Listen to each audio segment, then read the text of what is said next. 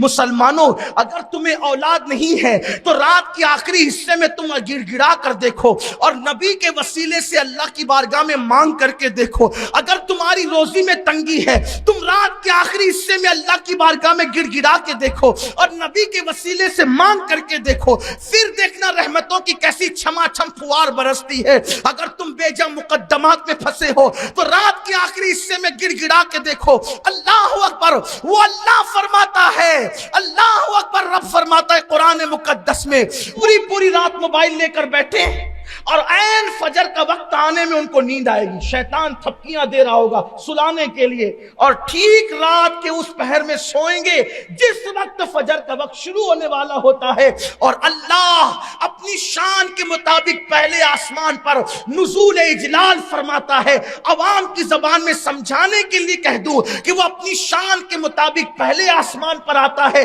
جیسا کہ اس کی شان ہے, حالانکہ وہ آنے جانے سے پاک ہے, اور وہ اپنے بندوں سے کہتا ہے اے میرے بندوں مانگو, کیا مانگتے ہو, جو مانگو گے تمہیں عطا کروں گا. روزی مانگنے والے روزی مانگو, خوشی مانگنے والے خوشی مانگو, تنگ دستی سے نجات مانگنے والے تنگ دستی سے نجات مانگو, اولاد مانگنے والے اولاد مانگو. ہر رات کے آخری حصے میں اللہ کی رحمتیں پہلے آسمان پر متوجہ ہو کر تمہارے دروازے دل پہ دستک دے رہی ہوتی ہے اور تم عیاشیاں کر کے عین اسی وقت میں سو رہے ہوتے ہو.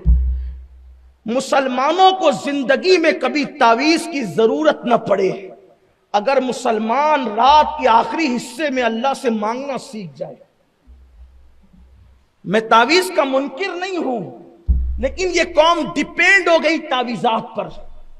بخار ہو تو تعویذ, تکلیف ہو تو میں کہتا ہوں جس قوم کا ڈائریکٹ تعلق رسول اللہ نے اللہ سے جوڑ دیا ہو, وہ قوم اللہ کو چھوڑ کر اوروں کے دروازے پہ دستک دے رہی ہے. جب تک تمہارا رشتہ اللہ سے جڑا رہا اور تم نے نبی کے وسیلے سے اللہ کی بارگاہ میں تم سوال کرتے رہے, وہ کیا چیز تھی جو تم نے مانگا اور تمہیں اللہ نے عطا نہیں کیا.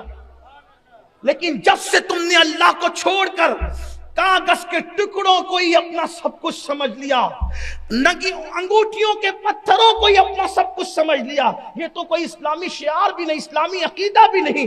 انگوٹھی میں فلاں قسم کا پتھر پہنیں گے تو روزی میں برکت ہوگی اور اولاد ہوگی اور یہ ہوگی. ارے پتھروں پہ یقین رکھنے والوں, تمہاری قسمت میں پتھر پڑے.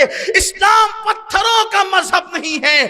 رسول اللہ تو دنیا میں تشریف لا کر پتھروں سے خراج وصول کر کے بتا رہے ہیں کہ یہاں پتھروں کو پوجا نہیں جاتا, بلکہ پتھروں سے درود و سلام کی نظریں وصول کی جاتی ہے.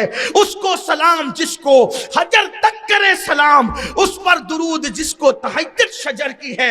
اللہ اکبر. تو میں عرض یہ کر رہا تھا, حضرت مخدوم اشرف جہانگیر سمنانی فرماتے ہیں رات کے آخری حصے میں جا کر مجھے اللہ سے جو نعمتیں ملی ہے وہ کسی نفل عبادت سے مجھے نعمت نہیں ملی. مسلمانوں اگر تمہیں اولاد نہیں ہے تو رات کے آخری حصے میں تم گڑ گڑا کر دیکھو اور نبی کے وسیلے سے اللہ کی بارگاہ میں مانگ کر کے دیکھو. اگر تمہاری روزی میں تنگی ہے تم رات کے آخری حصے میں اللہ کی بارگاہ میں گڑ گڑا کے دیکھو اور نبی کے وسیلے سے مانگ کر کے دیکھو, پھر دیکھنا رحمتوں کی کیسی چھما چھم فوار برستی ہے. اگر تم بے جا مقدمات میں پھنسے ہو تو رات کے آخری حصے میں گڑ گڑا کے دیکھو. اللہ اکبر. وہ اللہ فرماتا ہے, اللہ اکبر, رب فرماتا ہے قرآن مقدس میں, وہ کون ہے جو مضطرب لوگوں کی فریاد کو سنتا ہے اللہ کے سوا, یعنی اللہ کے سوا مضطرب کی فریاد کو کوئی نہیں سنتا.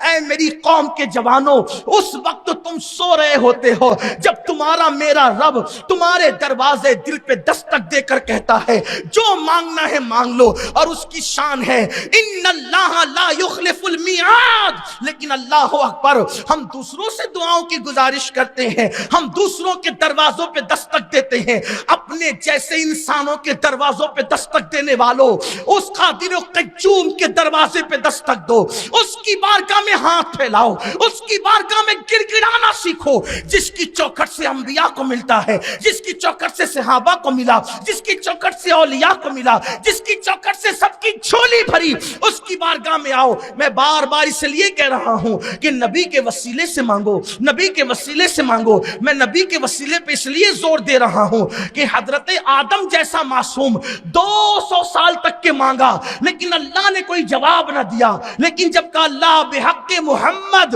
اللہ محمد کے وسیلے سے میری فریاد کو سن لے، تو اللہ نے فوراً جواب دیا۔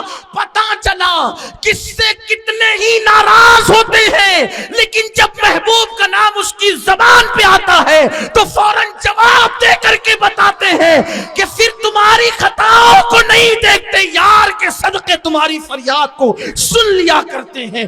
اسی لیے جب بھی مانگو اپنے نبی کے وسیلے سے مانگو۔ آپ کو حیرت ہوگی، آپ کو جب آدم نے اللہ کے نبی کا سید الانبیاء کا نام لیا تو اللہ نے کہا تمہیں کیسے پتا چلا کہ محمد میرے محبوب ہے؟ تو عرض کیا کہ جب تو نے میرے اندر روح ڈالی تھی تو میں نے عرش کے اوپر تیرے نام کے ساتھ اسی محمد کا نام لکھا دیکھا، میں سمجھ گیا کہ جس کا نام تو نے اپنے نام کے ساتھ لکھا ہے سب سے زیادہ وہ تجھے محبوب ہے۔ تو ارشاد ہوا آدم ان کا واسطہ دے کر تو نے صرف اپنے لیے مانگا، آدم اگر ان کے واسطے سے پوری کائنات اپنی اولاد کے لیے مانگ لیتا تو میں سب کو بھی عطا کر دیتا۔ رات کی آخری پہر میں گڑ گڑاؤ اللہ کی بارگاہ میں۔